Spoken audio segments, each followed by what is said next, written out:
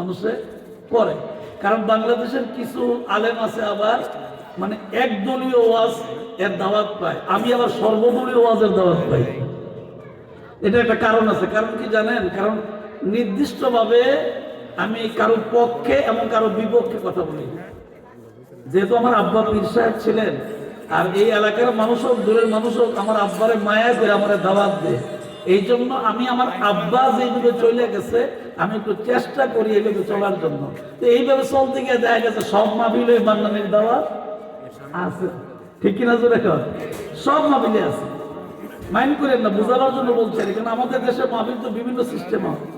হ্যাঁ, এই দলের হুজুর এই মাহফিল, এই দলের হুজুর এই মাহফিল, এটা এমনি এটা এমনি। তো দেখবেন যে মান্নানি সব জায়গায় আছে। এটা আমার কোনো কৃতিত্ব না, আমার কিচ্ছু না, এটা আব্বার দোয়া আছে আমার উপরে। যে মুফতি হুমায়ুন সিদ্দিকী সাহেব বলছেন যে আপনার উপরে আপনার বাবার দোয়া আছে, এলাকাবাসীর দোয়া আছে। আসলে আমি দোয়ার বসো, আর কিচ্ছু না।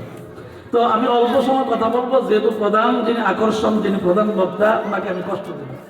এই জন্য অল্প কথার ভিতরে আমি যেই কথাটা আপনাকে বুঝাতে চাই, আল্লাহ তাআলা আমাদেরকে গুরুত্বপূর্ণ একটা সময় আমাদেরকে দান করছেন। এটার প্রথম বিষয় হইল যে আমরা যেই সময়টা মানে পার করছি, এই সময়টা হইল আজকে রজব মাসের 20 তারিখ পার হয়ে 21 তারিখ রাত্রে। সুবহানাল্লাহ, আরো জোরে। আজকেও আমার একজন প্রশ্ন করছে, হুজুর মেরাজ কবে? মেরাজ কবে? আজকে আমার একজন প্রশ্ন করছে। আবার আরেকজন প্রশ্ন করছে, হুজুর আমরা রোজা রাখবো কবে? হয়তো আল্লাহর নবীর মেরাজকে কেন্দ্র করে ওই নিয়তের উপরে রোজা রাখে, এটা নফল রোজা, এটা রাখতে হবে। বিষয়টা এরকম ফরজ ওয়াজিব না, কিন্তু কেউ যদি এই নিয়তের উপরে যে আল্লাহ তাআলা ওনাকে সম্মান দেয়া মেরাজে নিছেন, আর সেই নবীর উম্মত আমি, সেই উম্মত হিসেবে শুকরিয়া আদায় করার জন্য রোজা রাখলাম, এটা নফল রোজা, আল্লাহ তাআলা অবশ্যই সওয়াব দান করবে। আর জোরে কয় না তো সুবহানাল্লাহ। তা এখানে কি কথা বলেছি? তা এই মেরাজটা হলো, মেরাজের যে তারিখটা তা হলো আগামী শুক্রবার 16ই জানুয়ারি 26শে রজব দিবাগত রাত্রে। আর আজকে চলতেছে 20 তারিখ পার হয়ে গেল। গতকাল জমা গেছে 19 তারিখ, আজকে 20 তারিখ শেষ। মাগরিবের পরে তারিখ পরিবর্তন হয়, আরবি তারিখ কোনো সময় পরিবর্তন হয় মাগরিবের পরে। মাগরিবের আগে একরকম, মাগরিবের পরে আরেক রকম, মানে তারিখ পরিবর্তন হয়। তো আল্লাহ তাআলা আমাদেরকে বলছেন যে ও পৃথিবীর মানুষ তোমরা শোনো, আমি আল্লাহ তাআলা এই পৃথিবীতে অসংখ্য নবী আলাইহিস সালাম আমি পাঠাইছি। সমস্ত নবীদের মর্যাদা একরকম নয়। আপনারা বুঝে থাকলে বলবেন, সমস্ত নবীর মর্যাদা কি একরকম? একটু কথা বলেন। একরকম। এক এক নবীর মর্যাদা আল্লাহ তাআলা এক এক রকম দান করেছে। আপনি যখন দুনিয়াতে চলাফেরা করতে যাবেন, দেখবেন মাঝে মধ্যে চলাফেরা করতে গিয়ে বন্ধুত্ব তৈরি হয়। কি তৈরি হয়? বন্ধুত্ব তৈরি হয়, ভালোবাসার মানুষ তৈরি হয়। এই বন্ধুত্ব তৈরির ভিতরে কিন্তু সব বন্ধুর অবস্থান একরকম না। কোন কোন বন্ধু আছে ডাক দিলে সাথে সাথে জবাব দেয়, কোন কোন বন্ধু আছে ডাক দিলে কিছুদিন পরে জবাব দেয়। কথা কথা ঠিক কিনা জোরে কর? কিছু কিছু বন্ধু আছে রাতে 2টা 1টার সময় ডাক দিল, নিজের ঘর বাড়ি ছাইরা বন্ধুর বাড়ি দৌড়ে আছে। কথা কয় ঠিক কিনা জোরে কর? আর এই রাতের 1টার সময় বন্ধু ফোন করছে, কি জানি বিপদ, নিজের বাড়ি ঘর ছাইরা বন্ধুর বাড়ি আছে। তাহলে এই বন্ধু। আর আমার আরেক বন্ধু আছে ডাকে, আচ্ছা ঠিক আছে দেখা করাম, দেখা করাম, ঠিক আছে কথা হয়েছে। তাহলে এই রাতের 1টার সময় ডাকলে যে এই বন্ধু নিজের বাড়ি পালাইয়া দৌড়ে বন্ধুর বাড়িতে যায়, আর এই বন্ধু আর যারা কই যে আচ্ছা ঠিক আছে শুনছি যাইয়াম আয়াম সময় আছে, তাহলে এই দুই বন্ধুকে একরকম দিল। কথা কয় দুই বন্ধু একরকম, দুই বন্ধু একরকম না। সুবহানাল্লাযী আসরা বিআবদিহি লাইলাম মিনাল মাসজিদিল হারাম ইলাল মাসজিদিল আকসা। সুবহানাল্লাহ, আল্লাহু আকবার। একেবারে সূক্ষ্ম মেজাজে কথা শুনবেন, চুপ থাকে, একবারে চুপ, কোনো কথা হবে না।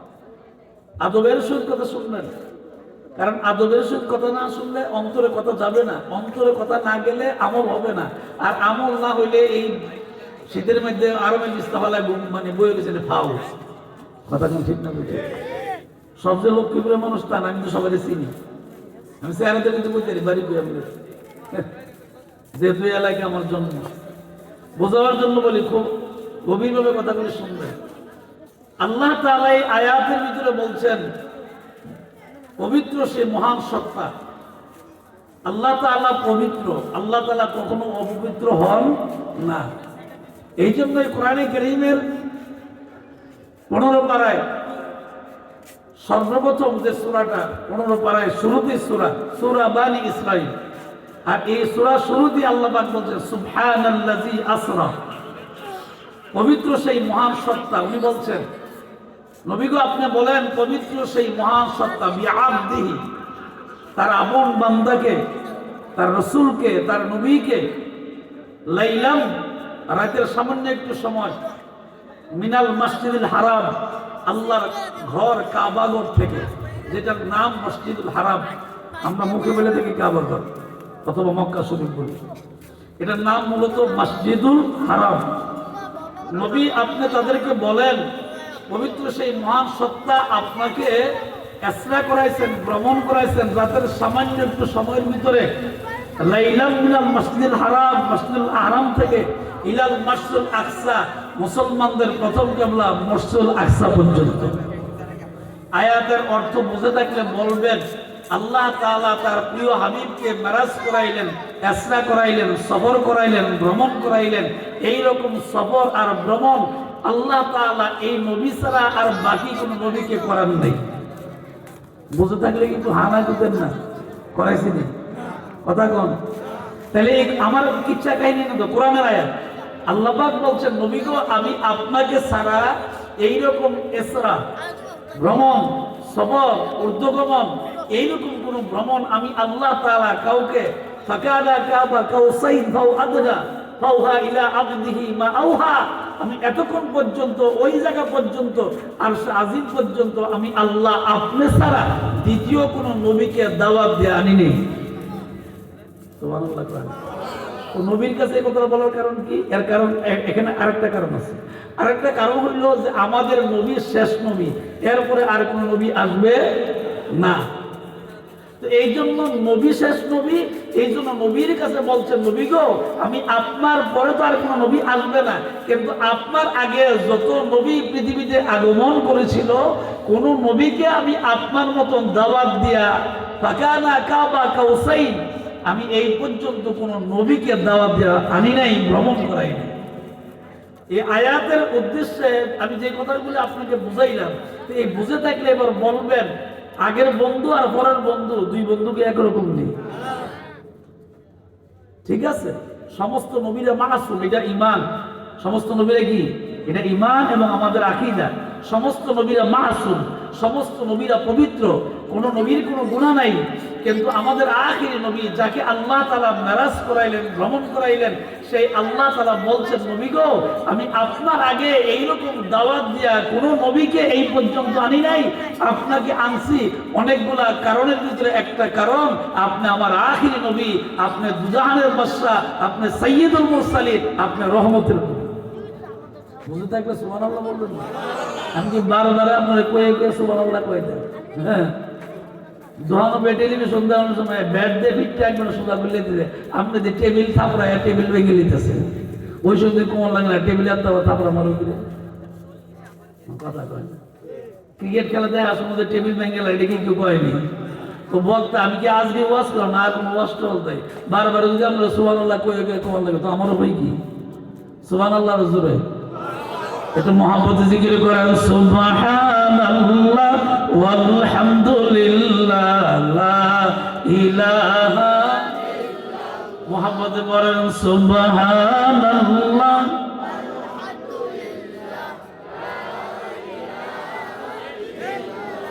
লা সুবহানাল্লাহ ওয়ালহামদুলিল্লাহ লা ইলাহা। পাখির গানে গানে হাওয়ার তানে তানে ওই নামের সুর শোনা যায়, হলে পাগল সুবহানাল্লাহ ওয়ালহামদুলিল্লাহ লা ইলাহা মাশাআল্লাহ সুবহানাল্লাহ ওয়ালহামদুলিল্লাহ। আমাদের দেশে মাইন্ড করে না, বোঝায় বলি, আমাদের দেশে তো বিভিন্ন রকম জিকির চলে। কোন জিকির আছে কোরআন হাদিসের পক্ষে, কোন জিকির আছে কোরআন হাদিসের বিরুদ্ধে। জিকির কিন্তু বিভিন্ন রকম চলে, চলে কি চলে না? এখন আপনাদেরকে নিয়ে আমি যে জিকিরটা করছি, এই জিকিরটা এটা 1 নম্বর জিকির। এটার মধ্যে কোনো ভেজাল মানে একবারে নির্ভেজাল, নির্ভেজাল এক জিকির। সুবহানাল্লাহ, আল্লাহ পবিত্র, আলহামদুলিল্লাহ, আল্লাহ প্রশংসা করেছে, ঠিক কিনা জোরে বল। লা ইলাহা ইল্লাল্লাহ, আল্লাহ ছাড়া আর কোনো মাবুদ ইলাহ নাই, মাবুদ নাই। বলেন এই 3 জিকিরের ভিতরে কোনো ভেজাল আছে নি? কথা কয় না। এখন যদি কোনো জায়গায় নারী পুরুষ একত্রিত জিকির করে, ভেজাল আছে নি? না এটা কোরআনে কোনো কোরআন হাদিসে এটাকে বৈধতা দিবে? একে বলবে যে এটা কোরআন হাদিসে এরকম আছে?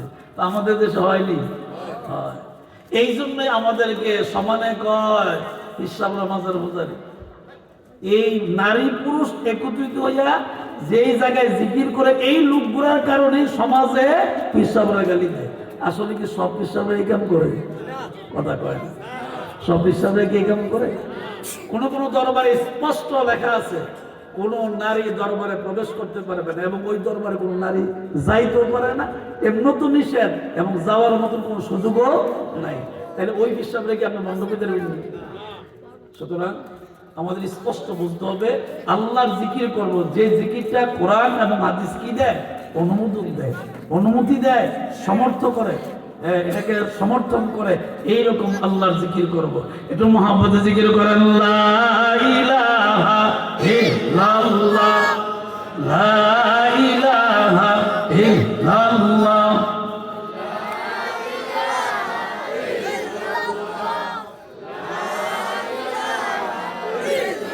লা ইলাহা ইল্লাল্লাহ মুহাম্মাদুর রাসূলুল্লাহ সাল্লাল্লাহু আলাইহি ওয়াসাল্লাম। বাবা আমার ভাইয়েরা রে, আল্লাহ পয়গম্বর আল্লাহ পাক জানতে বলে পয়গম্বর গো, আপনার উম্মতদেরকে আপনি জানায়া দেন, পৃথিবীর কোন নবীকে আমি আপনার আগে যত নবী পাঠাইলাম, আদম আলাইহিস সালাম থেকে ঈসা আলাইহিস সালাম পর্যন্ত যত নবী পাঠাইছি, কোন নবীকে আমি আল্লাহ পাক এইভাবে ঊর্ধ্ব ভ্রমণ করাই নাই, আসমান ভ্রমণ করাই নাই, আরশ আজিম পর্যন্ত আমি ভ্রমণ করাই নাই।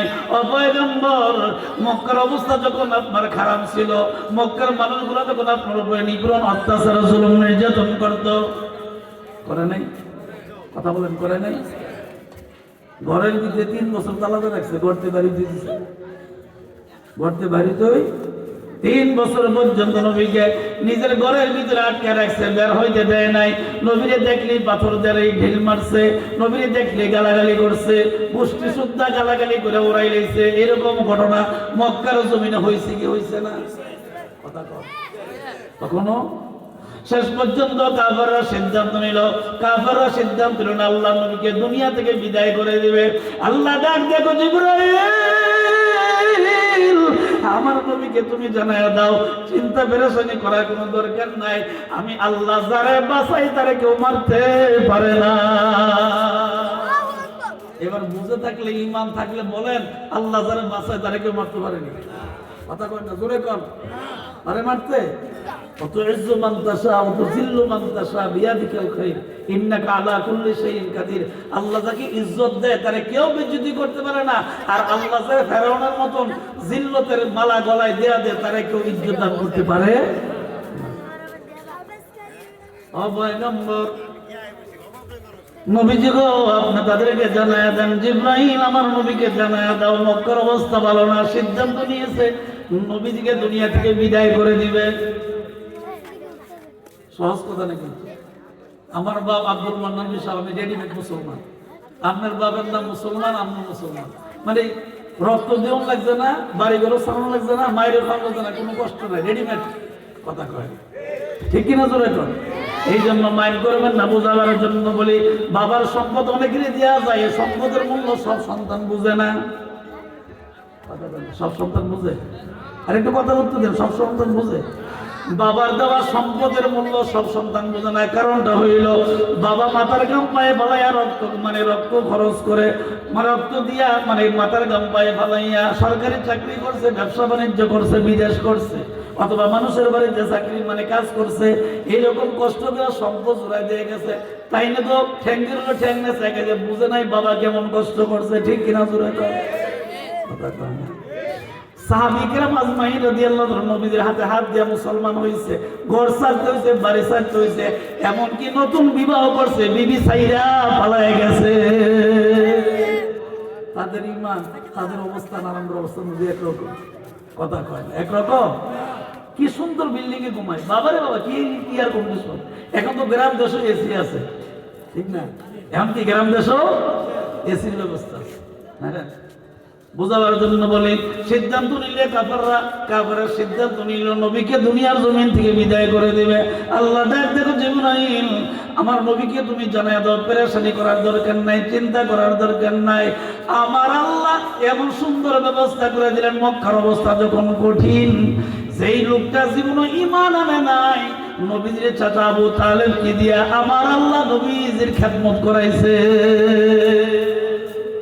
ঈমানে আনে নাই, কালেমা পড়ে নাই, মুসলমানই হয় নাই, অবশ্য নবীজিকে নিজের ছেলে মেয়ের চেয়ে বেশি আদর করত। কে? আবু তালেব। জোরে কোন কে? একটু কথা বলেন, কে? নবীজির আপন চাচা আবু তালেব। ঈমান আনে নাই, কিন্তু কাফের অবস্থায় মৃত্যুবরণ হয়েছে। নবী চেষ্টা করছে, তারপর ঈমান আনে নাই। কেমন আদরটা করছে?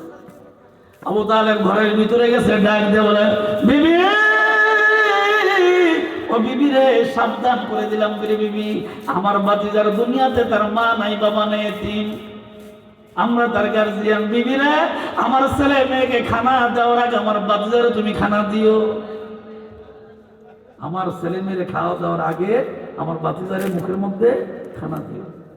ও বিবি, কোনদিন যাতে খানার জন্য আমার ভাতিজা মুহাম্মদ সাল্লাল্লাহু, বলে সবাই সাল্লাল্লাহু আলাইহি ওয়াসাল্লাম, আমার ভাতিজা যাতে কোনোদিন কষ্ট না পায়। বিবি সাবধান, যদি ভাতিজার কষ্ট হয় তাহলে কিন্তু তোমার খবর আছে। নিজের সন্তানকে না খাওয়াইয়া ভাতিজারে খাওয়াইছে। আসেন, তারপরে রাতের বেলায় আল্লাহর পয়গম্বর ঘুমায় রয়েছে ঘরের ভিতরে, কেমন আদর করতো। রাতের বেলায় আল্লাহর নবী ঘরের ভিতরে ঘুমায় রয়েছে। ঘুমন্ত অবস্থায় রাত্র যখন গভীর হয়ে গেছে, নবীর আপন চাচা সেই বিছানার ভিতরে ঘুমায় থাকতো। নবীর বিছানা থেকে কুলো করে ঘুমন্ত অবস্থায় নবীজিরে আবু তালেব নিজের বিছানায় না ঘুমায় রাখছে, ঘুম পাতায় রাখছে। রাত্র যখন শেষ হয়ে গেছে, ফজর নামাজের সময় যখন হয়ে গেল, তাহাজ্জুদের সময় যখন হয়ে গেল, নবীজি ঘুম থেকে উঠে দেখে যেই বিছানায় ঘুমাইছে এই বিছানার ভিতরে নাই, চাচার বিছানার মধ্যে ঘুমায় রয়েছে। আল্লাহর পয়গম্বর নবীজি আবু তালেব আপন চাচার চেহারার দিকে তাকিয়ে বলছে, চাচা গো, মনে কিছু নিয়েন না গো চাচা, একটা প্রশ্ন করে, আমি তো ঘুমাইছিলাম উত্তর করে, এখন ঘুম থেকে উঠে দেখি দক্ষিণ করে। আমি তো ঘুমাইছিলাম উত্তর করে, এখন ঘুম থেকে উঠে দিয়ে দক্ষিণ করে, আপনার বিছনার কারণটা কি? আমি কি নিজে নিজে হাইটে আসছিলাম, না আপনি আমার কোনো কিছু করছেন? নবীজি প্রশ্ন করছে। আরে জীবন যে কত কষ্টের জীবন, মক্কার জীবন। নবীজিকে মেরে ফেলবে কাফের সিদ্ধান্ত নিলেন। যিনি বিছানা থেকে কুলে কুলে নিজের বিছানায় না ঘুম পাতাইছে, উনিও তো কাফের। কথা কয়, উনি কি ইমানদার? উনিও তো কাফের। কিন্তু ভাতিজার মায়া, আল্লাহর নবীর চেহারার দিকে তাকিয়ে চোখের পানি ছেড়ে ছেড়ে কাঁদতে আরম্ভ করলেন। ভাতিজারে, মনে কিছু নিও না রে ভাতিজা, তোমার বাবা নাই, তোমার বাবা হইল আমার ভাই, তোমার মা নাই, দুনিয়াতে তোমার আপন মানুষগুলা চলে গেছে। মক্কার কাফেরদের লিডার সিদ্ধান্ত নিছে তোমাকে দুনিয়া থেকে বিদায় করে দিবে। ভাতিজা রে, মনে কিছু নিও না রে ভাতিজা, তুমি যখন বিছানায় ঘুমাইয়া যাও, আমি রাত্র গভীর হইলে আমি আমার নিজ হাতে কোলে কইরা আমার বিছানায় না তোমারে ঘুম পাতা দেয়। কারণ হইল আমার সন্তানকে আমার বিছানা থেকে আলাদা কইরা তোমার বিছানা নেই, আর তোমার বিছানা থেকে কোলে কইরা আমার বিছানায় আনি। কাফেররা মারলে আমার সন্তানের মারক, আমার ছেলে মেয়েকে আমার, অন্তত পক্ষে তোমার গলায় যাতে ছুরি না লাগা। ইমান, ইমান, নবীর ভালোবাসা। অবশ্য উনি ইমানও আনে নাই, উনি কাফের অবস্থায় মৃত্যুবরণ করছেন, কিন্তু নবীজি এত ভালোবাসতেন। নবীজির এত ভালোবাসা ছিল, নিজের সন্তানকে নিয়ে যে যে বিছানায় ঘুমাইলে মৃত্যুর ঝুঁকি আছে ওই বিছানায় এনে ঘুম পাতায় রাখতেন, আর আপন বাচ্চারে কুলে করে এনে নিজের বিছানায় ঘুমায় রাখতেন। চাচা মনে করতো যে কাফেররা যত শক্তিশালী হোক অন্তপক্ষে আমার বিছানা পর্যন্ত আসবে না। ঠিক কিনা জোরে কর? আমার বিছানা, আবু তালেব বলছেন যে আমার বিছানা পর্যন্ত আসার সাহস তাদের নাই। হয়তো ওই আলগা ঘুরাইতে পারে, যে বিছানার মধ্যে আমার বাচ্চা ঘুমায় ওইখানে আসতে পারে। তাইলে নিজের সন্তানের মৃত্যুর ঝুঁকি ওই সন্তান ওই বিছানায় রাখছে, আর বাতিজারে কোনো করে না নিজের বিছানা শোয়া রাখছে। এর সে আদর পৃথিবীর কোনো মানুষ করতে পারে না। ঠিক কিনা জোরে কথা বলেন, ঠিক না বেটে? আল্লাহ নবী ডাক দেখো, ও বাতিজারে, ও বাতিজা, তোর মা নাই বাবা নাই, কে তোর এত আদর করবে, লালন পালন করবে? আমি তোর চাচা, এই জন্য আমি আপন মনে সন্তানের মতন, আমি বাবার মতন করে আদর করি, তুই আমার সন্তানের মতন, এই জন্য তোমাকে এমন ভাবে আদর করি। বাতিজারে, তোমারে আমি কার কাছে আমি তুলে দিব, কার কাছে আমি ছেড়ে দিব? কোনো নিরাপত্তা নাই, মক্কার অবস্থা ভালো না রে বাতিজা, আমি কার কোলে কার কাছে ছেড়ে দিব রে বাতিজা? বাতিজারে, আমি আবু তালেব জীবিত থাকতে তোমার গায়ের মধ্যে কাউকে একটা আসর দিতে দিব না। বুঝে থাকলে আমার কথা বলবেন, উত্তর দিবেন। আল্লাহর নবী বারাক্রান্ত মন ছিল তখনই যখন আবু তালেব দুনিয়া থেকে বিদায় হয়ে গিয়েছিলেন। আল্লাহ হুকুম উনি বিদায় হয়ে গেছেন। বিদায়ের সময় নবীজি কানে কানে বলছেন, নবীজি বলছেন, চাচা আপনি আমার যে আদর করছেন, পৃথিবীতে মা বাবা এরকম আদর করে, মা বাবার মতন আদর পৃথিবীতে কেউ করে না। আর আল্লাহ তো স্রষ্টা, ওনার আদরটা ভিন্ন, কিন্তু সৃষ্টিজীবীর ভিতরে মা বাবার মতন সন্তানের আদর কেউ করে না। আপনি আমাকে নিজের সন্তানের চেয়ে বেশি আদর করছেন। ঝুঁকি যেই বিছানার ভিতরে নিরাপত্তা নাই, ওই বিছানায় আপনার সন্তানকে শুয়ে রাখছেন, আর আমাকে আপনার বিছানায় শুয়ে রাখছেন। এর সে আদর পৃথিবীতে কেউ করতে পারে না। চাচা গো, একটা অনুরোধ, আপনি একটু মেহরবানি করে, কেউ শুনবে না, আমি কারো কাছে বলবো না, আমি তো নবী, আমি কোনোদিন মিথ্যা কথা বলি না, ওয়াদা খেলাপ করবো না, কারো কাছে বলবো না, আপনি শুধু আমার কানে কানে একটু বলেন, লা ইলাহা ইল্লাল্লাহু মুহাম্মাদুর সাল্লাল্লাহু আলাইহি ওয়াসাল্লাম। আপনি শুধু একবার বলেন, নামাজ, রোজা, ইবাদত, দান, সবকে কিচ্ছু লাগবে না, শুধু আপনি মৃত্যুর সময়টা বইলা যান, আর আমি আমার নিজ কানে শুনি। আমি কিয়ামতের দিন আল্লাহর আদালতে দাঁড়ায় বলতে পারবো, আল্লাহ গো, ও আমার আল্লাহ, আমার চাচা মৃত্যু কালে আমার কথাটা মাইনা, আমার কথা শুই না, কালিমা পইরা তার মৃত্যুবরণ হয়েছে। আল্লাহ মেহেরবানি করে চাচারে আপনি মাফ করে দেন। চাচা গো, আমি যদি আল্লাহর দরবারে দরখাস্ত করি, আমার আল্লাহ কোনোদিন দরখাস্ত ফিরে দিবে না। কিন্তু চাচা, ইমান না আনলে তো আমি বলতে পারবো না। চাচা, শর্ত আছে তো, ইমান আনলে তারপরে বলতে পারবো, ইমান না আনলে তো আপনার পক্ষে কথা বলা সম্ভব না। খাইরি ওয়াসাল্লি মিনাল্লাহি তাআলা ওয়াল বাসি বাদাল মউত। আরে মিয়া, কপালে থাউন লাগবে তো, কপালে নাই আর কি, কি এইরকমই তো হয়েছে, কপালে নাই তো। নবীজি বলছেন, চাচা কালিমাটা বললেন না? আল্লাহ পাক বলে, নবী গো, আপনার চাচাকে সবচেয়ে কম আযাব দেওয়া হবে, তাহলে এই জাহান্নামের দুইটা জুতা ওনার পায়ের মধ্যে পরানো হবে।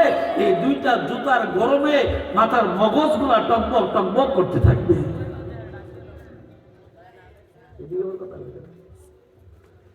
তাইলে দুইটা জুতার পাওয়ার গরমের কারণে জুতা থাকবে পাওয়ার, আর মাথার মগজ টকবক করবে। তাহলে জাহান্নামের আযাবটা কেমন হবে? জাহান্নামের আযাবটা কেমন? আহা, জাহান্নামের আগুন মাবুদ সইতে পারবো না,